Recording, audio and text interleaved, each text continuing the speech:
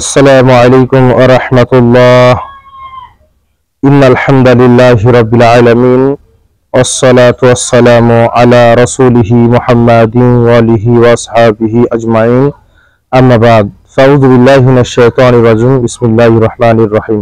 প্রশংসা আল্লাহর, তারপরে মুহাম্মদুর রাসূলুল্লাহ সাল্লাল্লাহু আলাইহি ওয়াসাল্লামের উপর দরুদ ও সালাম অবতীর্ণ হোক। আল্লাহ রাব্বুল আলামিন বলছেন, ইন্নাল ইনসানা লাফি খুসর, মানুষ নিশ্চয় ক্ষতিগ্রস্ত, বিভিন্ন পাপে মানুষ ক্ষতিগ্রস্ত। আমরা যে পাপগুলো ছোট বলে মনে করি, সেই পাপগুলো আমার কাছে অনেক একদিন বড় এবং বিপদ হয়ে আমাদের দাঁড়াবে। যেমন বর্তমান যুবকদের দেখতে পাই, আমরা টাকনুর নিচে প্যান্ট পরিধান করে রাস্তা পথে চলি। সেই ক্ষেত্রে একটি হাদিস বলি। আবু হুরায়রা রাদিয়াল্লাহু তাআলা আনহু বললেন, রাসূল সাল্লাল্লাহু আলাইহি ওয়াসাল্লাম বললেন, যে ব্যক্তি টাকনুর নিচে কাপড় পরিধান করে সেই জাহান্নামে যাবে।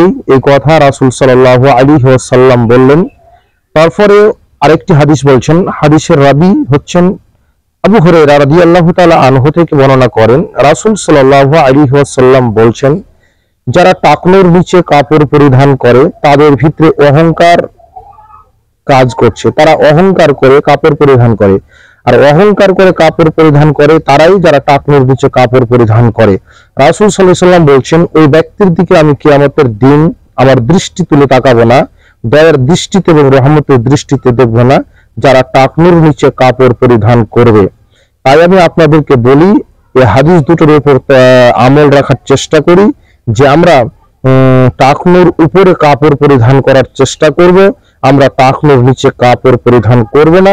আমরা এই ছোট্ট আমলটা করে আমরা আমাদের আল্লাহ সুবহানাহু ওয়া তাআলার দয়া এবং রহমত অনুগ্রহ দিকে চেয়ে থাকব।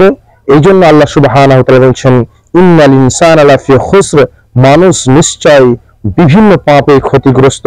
তাই আমি এই ছোট্ট পাপটাকে আপনি মনে করেন হয়তো এই পাপটা আপনার জন্য অনেক বড় হয়ে দাঁড়াবে। তাই আব্বাজান ভাইজান, আপনারা টাকনুর উপরে কাপড় পরিধান করেন এবং প্যান্ট পরিধান করেন, সেটা টাকনুর উপরে, লুঙ্গি পরুন টাকনুর উপরে। এই আশা আপনাদের কাছে রেখে আজকের মতোই এখানে শেষ করলাম। আসসালামু আলাইকুম ওয়া রাহমাতুল্লাহ।